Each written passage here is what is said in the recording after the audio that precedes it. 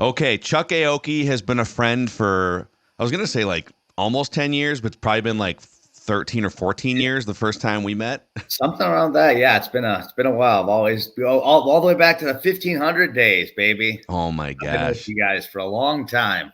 The old 1500 ESPN radio days. So if you're, I think most people, especially in the Twin Cities area, are familiar with Chuck and just the amazing run you've had with the wheelchair rugby team. But for those unfamiliar, and there's a lot of people that consume Purple Daily and Score North around the country, Chuck Aoki is a 3-time Paralympic medalist, looking to make it 4 and Yes, looking sir. for a gold. Not going to put Right. too much pressure on you, but you put more on yourself anyway. Yeah, So, exactly. Yeah, don't worry. Don't worry about that. and he's a tortured Vikings fan as well. Oh yes. So we're doing our annual Power of Sports fundraiser this week to raise money on behalf of the Courage Kenny Rehabilitation Institute. There's a couple amazing items that I want your help promoting here, but I'm going to put you on the spot and ask for a Vikings take. Okay. Give me like a Vikings take, or give me your current thoughts on the state of the team going into the season here, Chuck. Do you have a temperature you'd like the take to be at, or are we kind of like wide open here? I mean, the hotter you want to go. I'm not going to turn the temperature down. Let's just put it that way. Fair enough. Let's get in the kitchen and start cooking here. Yeah. Okay. Well, I think this is probably medium hot. I think the defense is going to be phenomenal this year. I think it's going to be really good. I'll say top 10, and obviously there's a lot of ways to measure it. I'll say top 10 defense. Wow. I'll go for it. I think you've got another year of Flores' system. Well, I think there's always something to like more time in a system. Players just get to know it. Obviously, they added a ton of talent. The biggest problem they'll probably face is they may have to be on the field a lot because, I think there's a lot of good players in offense. I'm hearing different signals coming out of camp about Darnold and McCarthy, so we'll see where that lands. But I think defense will be really good. I think there's a lot of talent there, and I kind of have this feeling that they're going to it's going to come together really well. So that we'll start with that one. I think defense. I think we're going to have a top 10 defense, and I think I will miss Danielle Hunter's sort of presence, but I don't think his production will be missed in terms of what they just sort of reloaded with there. So I don't disagree with this hot take, and they jumped from like 30th in scoring defense to 15th. Right. And what's kind of funny to me is there's all the yeah buts. Well, yeah, but Danielle Hunter's gone. Well, yeah, but they don't have a defensive tackle next to Harrison Phillips, or yeah, but their cornerback room is in question. Well, but 2 of those 3 existed last year. They didn't have great defensive tackles last year, and they didn't have like a stud shutdown cornerback last year. And the system and the way that Flores operated week to week still brought them from 30th to 15th. And I think even though Danielle Hunter is probably the best edge rusher of the collection, I think that room is better. I think so. They had 1 edge rusher of note last year, and now they have 3, maybe even more. Because I've got hot takes on some of the undrafted free agents I've seen at camp too. But I think you're right, dude. Yeah, I think you're right, and I love Danielle Hunter, so I don't want to be perceived taking any shots at Danielle Hunter. Aggregators, Chuck Aoki clowns Danielle Hunter on Vikings podcast. He's a great player, but I always thought there were times where he could go a little missing, because he's one guy. He was the pass rush last year. It wasn't like the Vikings pass rush. It was like, no, Danielle Hunter is the Vikings pass rush, right? And so I think there were times where he was probably physically just like, I can't quite bring it the same way. And I don't blame him for that. But I think to your point, you've got 3 guys now who are legit, who can just keep coming and coming and coming. And as someone who plays a physical sport, I can tell you it's exhausting when you're out there and then suddenly another guy hits you. And then suddenly you get hit by even more fighters. What is happening? Oh, it's a different person. So I think this is going to be a case of the parts are greater than the single individual for sure, even if maybe none of them are quite his talent level. Yeah. Are you, so I've been at like 4 practices and have tried not to overreact to like Sam Darnold. When they get him in the 2-minute drills and stuff, he's kind of struggled with the first team offense. JJ McCarthy has led a couple scoring drives, and these are like the smallest of sample sizes in practice. Yeah. But I wonder, it's so easy to sit here throughout the summer and say, yeah, we're going to slow cook McCarthy and he might not even play all year. And then like Darnold throws 2 interceptions in the first half of the first game. I wonder how long they're going to be able to just slow cook this thing with the pressure of fans and media and maybe even inside the organization. I have the same question because I thought, to your point, it sounded really great. They drafted him. He'll get as much time as he needs. He'll read. And that's a great philosophy. It's a great philosophy. And then to your point, when you're down 20 points, they open up against the Giants, right? Yeah. You're down 24-0 at halftime against the Giants because, Sam Darnold's getting sacked left and right by Dexter Lawrence. Then is Kevin O'Connell sitting there going, all right, well, it can't be this bad. I mean, what I go back to with this too is he played Jaron Hall last year. And I, for the record, am a Nick Mullins truther. I will defend Nick Mullins to the death. I love baby Brett Favre out there just chucking the ball wherever he wants.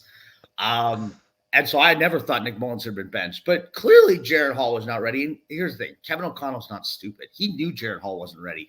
But the heat was too much. He's like, I got to do something. I got to try something.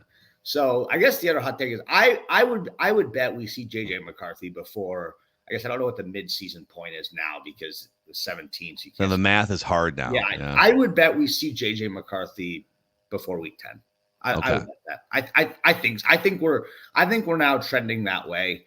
And let's and if the defense is good like we think it will be, they're going to be in games. It's going to be like 10, 13, 10, 17, 13, kind of these little grinded out games. And I do think Darnold's going to get every chance to prove he can do it. However, you start 0-4. People are, let's be real too. Fan pressure from the outside is real.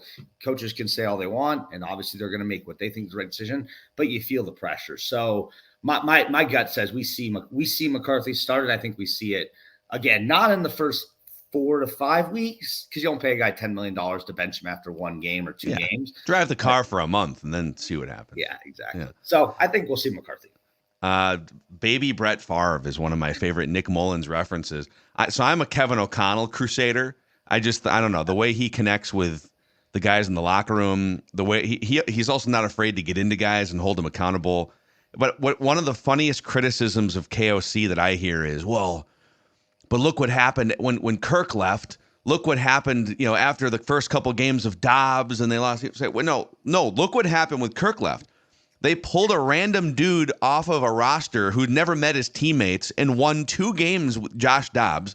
He was literally like in the dude's headset, narrating the afternoon for him as a head coach. Yeah. And then Nick Mullins, baby Brett Favre, in your words, comes in and throws for like 400 yards in a couple of games toward the end of the season. and they could have won 2 of those games. And I know the could have won thing is tough. They could have won 2 of those games. They lose against Cincinnati because it turns out that the tiniest guy you have on your team is not the person who should be shoving someone forward. I mean, at that point, why not put Greg Joseph out there to shove him? Like, no offense to Greg Joseph, he might have better leg drive. Anyway, actually, the punter, I feel like the Vikings have the 2 biggest punters in the league right now. Ryan Wright, that's not a bad idea on a 4th and short. Put Ryan Wright out there, then have him sprint up to the line and just shove CJ Ham forward. Dude, the other punter in camp that's competing with him, I think Seth Vernon, he's 6'5", like he's like a tight end. He's legitimately, I think, the tallest non-offensive lineman on the team, and he's competing for a punting job. That's a staggeringly large punter. Our punters can beat up your punters. I guess. Yeah, if you put like every punter in the octagon in the NFL, I think the Vikings punters would come on top. Yeah, it seems hard to debate. Do you think they purposely scout large punters? This is the intimidation factor. Conference. Matt Daniels. You better call a fair catch, because if you get past the first line of defense, the punter's going to blow you up. Take your head off. Yeah. So what's training like? So you guys are heading off. The Paralympics in Paris they start end of August and then into September, right? Where are you guys at with training right now? Yeah, so for us, we have just wrapped our final training camp as a team. So wheelchair rugby team sport, obviously. We're all over the country. We get together to train. Wrapped up our last camp. Team's feeling really good, gelling, kind of get those last little things together. And so we, as opposed to sports of like swimming or track and field, where they're training for like one day, one event, that's it. We play 5 games in 5 days. So we'll train pretty much all the way through the time we leave. We'll get on the ground about a week early. We'll get acclimated to the time change, the Parisian heat and all that stuff, and then get into our chairs and get ready to knock. We start August 29th. So in 28 days actually is our first game, which is pretty wild. Or 28 days from today, I should say, on August 1st. So we're excited. The team feels really good. There's not really anything left to do in a lot of ways other than just maintain, maybe get that tiny little extra bit. But the goal now is just to kind of maintain and then go take care of business. How old? So your first your first World was like 2010 or 11. Yep, 10. Yeah. Which is, I feel like we met maybe right before the Paralympics in 2012. That sounds right. Are you like the oldest guy on the team now? Because you were like in your early 20s or maybe 21 years old when you started, I feel like. The crazy part is I am not the oldest on the team now. Paralympic sport and wheelchair rugby, careers are slightly different because a lot of our guys end up starting a little bit later in life. They get injured in their mid-20s, maybe don't actually start playing competitively till late 20s, early 30s. So we've got a couple guys. So I'm 33 now. We've got a couple guys who are into their 40s. And it's actually very funny. I end up on the lower end just because there's a lot of us in that sort of early 90s birth range. And I just happen to be the youngest of all of them. We have like two people in 90, 89. So I'd say, wow, you old grandpa. So all right, you're like 6 months younger than me. I'm like, I'm still younger, But we do have our first Gen Zer on the team. So that's been a lot of fun. Learning all my bruh slang and how to say that's crazy. You see, is that how you've skyrocketed on social media here too? Is that are you crediting Gen Z teammate for any of that, or is that all Chuck Aoki? I'll give him a little bit of credit. He certainly is. I say some ideas, and he looks at me. He's like, I don't know, it's a little cringe, man. I'm like, you think so? He's like, yeah, I don't. So grain of salt. It's always a team effort, right? It's all a team effort. Nothing. You don't achieve anything solely on your own. So we'll throw a little bone at my guy's eye on. Yeah.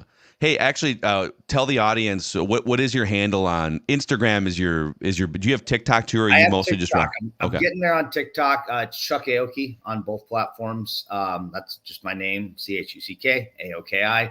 On TikTok and Instagram. It's a lot of fun. We talk about Team USA, Paralympics, all kind of a disability, kind of a different take, stuff you may not have heard about, might find interesting. And obviously we're going to be doing a lot of stuff coming up here in the games as well. So if you're obviously there's a lot going on in Paris right now, but you get to see even more if you tag along with us. So please do. Yeah, Chuck does a bunch of just awesome, relatable, fun, and funny videos and behind the scenes things. So definitely follow him. So as we've been mentioning throughout the week, we're holding our annual Power of Sports event this week with the goal of raising $15,000 to benefit the Courage Kenny Rehabilitation Institute. So people can go to scorenorth.com/auction to check out various experiences and items. I want to highlight two featured things real quick. We have a Purple Daily Dinner for 4 at Parlor in Minneapolis. So so the math is clear. It's whoever wins the auction, you bring 4. Oh, wow. And then we'll bring 3. So it's really dinner for 7. Oh my God. It's the 3 of us from Purple Daily and then whoever you put together audience as a foursome. And all 7 of us will have dinner at Parlor in Minneapolis. We did this at Red Rabbit last year. It was a blast. Yeah. So you'll also get an authentic TJ Hawkinson signed jersey courtesy of Pepsi and a $150 gift card to the Vikings team store so you can get some other fantastic merchandise. And a Flagrant House package, 4 lower level tickets to a Wolves game, an Anthony Edwards autographed jersey, and $100 to eat at Red Cow, Minneapolis, and a meet and greet with me. That might drag the value down. We can ditch that if it. Well, we can modify the package as per the winner, right? So with the first ones, you get dinner and you get the Viking stuff. Yes. Oh my God! Wow. Exactly. Again, maybe we're dragging the value down. Like if you just want to have dinner with yourselves and like the TJ Hawkinson jersey and Declan shows up, we can. Right. Well, but you get to dine with the sports dad, Judd Zolgad. I mean, that's a once in a lifetime experience. That's a value raiser. That's a bar raiser for sure. I was going to say, if anybody it only has 2 people to come and they need me to come to dinner in Parlor, give me a call, message me. But again, that issue of dragging value up and down, you don't want to get that's fantastic. Anthony Edwards, Team USA table tennis, big fan. Dude, did you see that video? So the bus video is hilarious where Steph Curry's like, this guy thinks he can get a point off you. And he shows up. He showed up to that's what the fun thing about, I think people don't necessarily realize with the Olympics and Paralympics too, is, you're able to actually interact with all these athletes that's how you get Anthony Edwards interacting with USA table tennis. That literally doesn't happen in any other situation, right? Like literally. And then the last couple of games, because they were during the pandemic, you weren't really supposed to go interact with people at all. You're supposed to pretty much keep to yourself, which is, again, understandable, but it's what makes that whole experience so special. So Yeah, dude, it is hilarious. I think Anthony Edwards is just this joyous. I think that's him.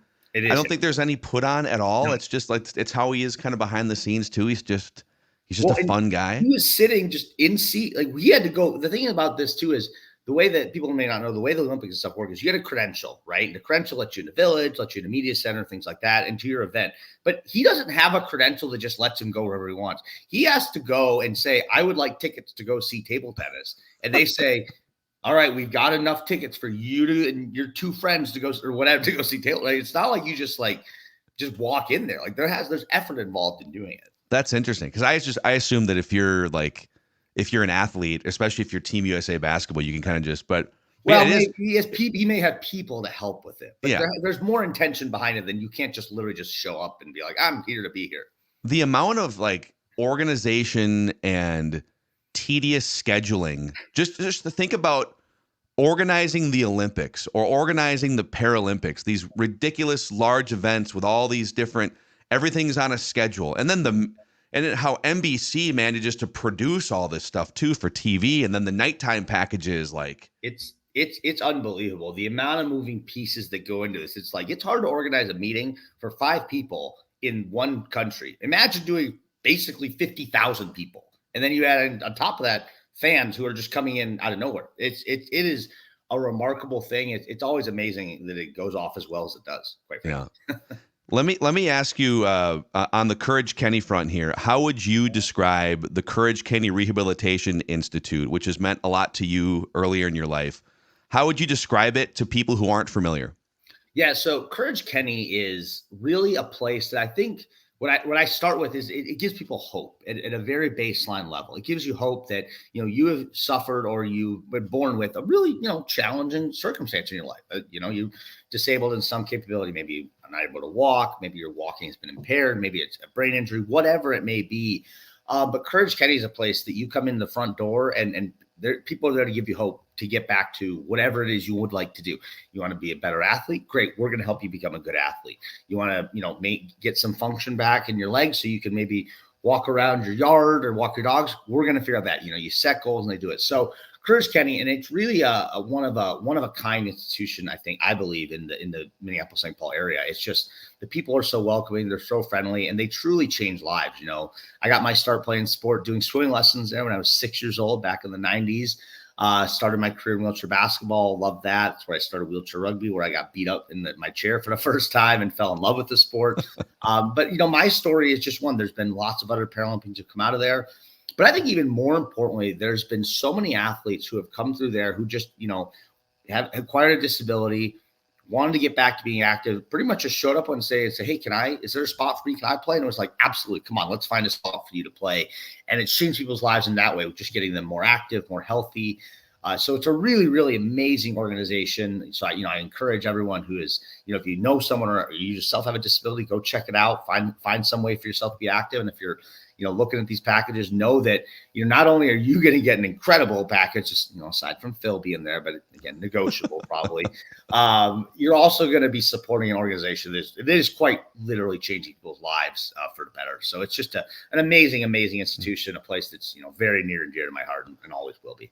Something else to note too, sometimes you wonder how much of an impact does your money make, or not, you should donate to whatever causes people want to, but a lot of the equipment that's used to help people with wherever they're at with whatever injury, whether it's physical or brain, it's expensive equipment. And so $5,000, $10,000, $15,000 literally buys a really important piece of equipment to help somebody get back on track. And you're exactly right. And this is not equipment too that you can really buy to have at home. It's just not the kind of thing, because to your point, the cost, the size of some of it, it's just large equipment. It's big stuff. And it's able to benefit so many people. To your point, they have these incredible treadmills. I know that they work on people's walking and gait with. Those are kind of things that you can only have at an institution. They see I don't even know how many people they see a day. It's constant. Every time I've gone to that gym, there's always people on it, working on their fitness and stuff. And so, yeah, it's a great point that the equipment, it costs, and it's not easy to acquire. So it's really it's a good point that your money is going a very, very long way for something like Courage Kenny. Yeah. ScoreNorth.com/auction to check out all the other items and experiences that are up. And again, all of the proceeds go to benefit the Courage Kenny Rehabilitation Institute. So Chuck, thank you for taking time. And before we say goodbye here, just for people that are looking ahead now, a month from now, and want to follow the wheelchair rugby team in your journey, where are you guys at? World rankings, like expectations? Can you sort of set the scene for 4 weeks from now? Absolutely. Yes. So we are, USA Wheelchair Rugby is currently number 2 in the world. We're just behind Australia. A little bit of a tough competition year for us. We went into it knowing we were trying out some new things, so our results weren't quite where we wanted to be. But number 2 in the world, still very, very strong. We will open up against Canada on August 29th to be a real good match. And then we'll play Japan and Germany on the subsequent days. Really 2 really great opponents as well. And then we'll get in the middle rounds, semifinals and finals, hopefully. So make sure you tune in. It'll be all over NBC and Peacock, as you're seeing the Olympics right now. It's going to be just as much on the Paralympic side. Make sure you follow us on social media. Like I said, myself, you can USA Wheelchair Rugby on Instagram, and that's pretty much our primary platform for that. So just follow along, and all the Paralympic athletes, Team USA, of course. And it's going to be exciting. You know, you're getting this, and the Olympic fever is high right now. It's awesome. And you get a couple week break, and then right back at it. Team USA is getting after it again. Love it, man. Chuck Aoki, a Nick Mullins truther. Till I die, baby. Till I die, baby Brett Favre. Come on. Awesome, man. Hey, good catching up with you. We appreciate the conversation, and good luck in a few weeks from now, man. Thanks so much, Phil. Thanks for having me. Skol Vikings.